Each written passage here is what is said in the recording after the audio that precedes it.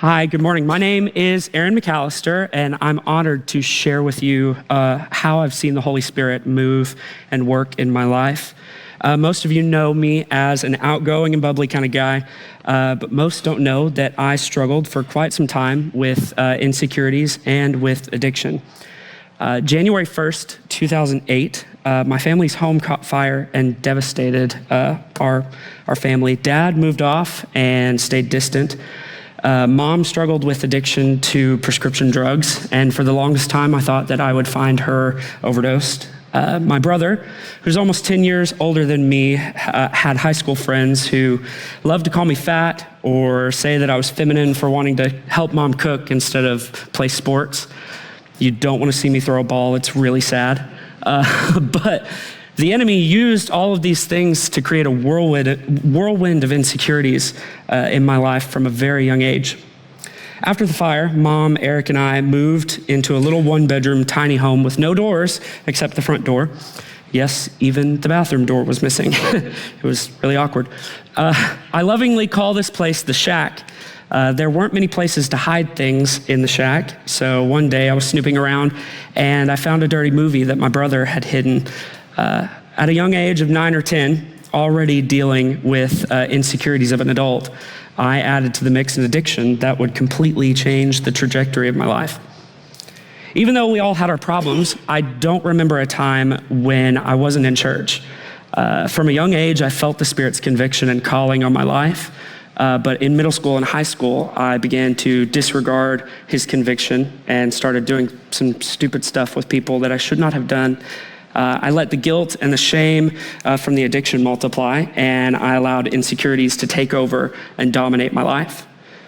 It didn't seem like it at the time, but the Lord was at work and is always in the business of redemption. Fast forward to freshman year of college.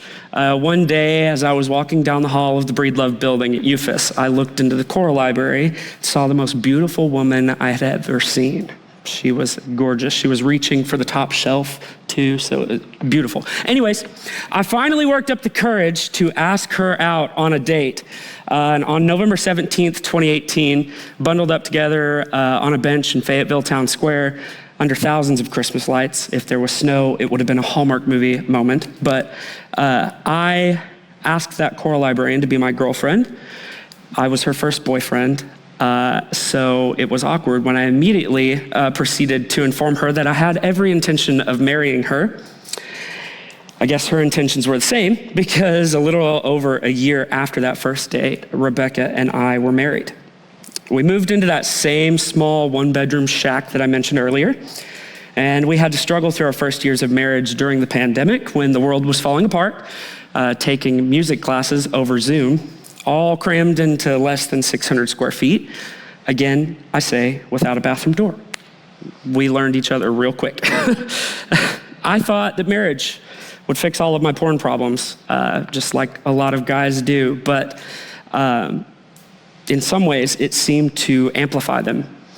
The insecurities and the addiction made me hostile and angry, and I gave Rebecca every biblical reason to leave me.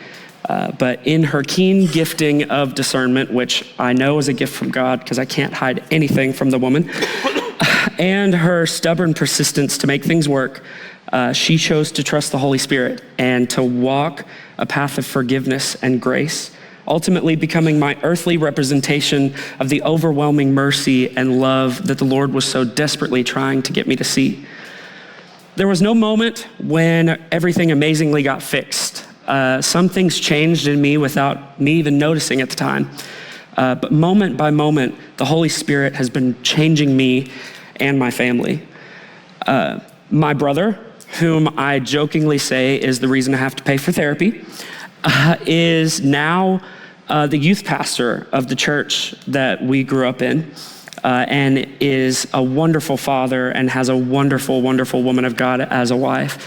My father, who once ran from the Lord, turned into the most Bible knowledgeable person I know and is here at the church almost as much as I am, and I work here. So the relationship that I have with my smoking hot wife is better than ever as we raise our beautiful 9-month-old daughter. And my drug addict mother, who I considered a lost cause, got sober on October 23rd of 2023.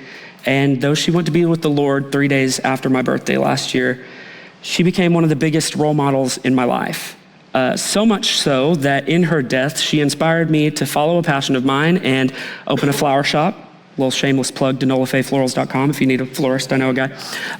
But the addiction that once held me captive was broken by the Holy Spirit. It's a process of renewal every day, but the grace of God has become evident in my life. Even though there were countless times when I wanted to throw in the towel, God was always there to prove the enemy wrong. He's given me opportunities to perform in front of thousands and thousands of people and share my gift with the world. And though I'm only 25, he has turned every single one of my insecurities into a redemption story of his mercy and his grace.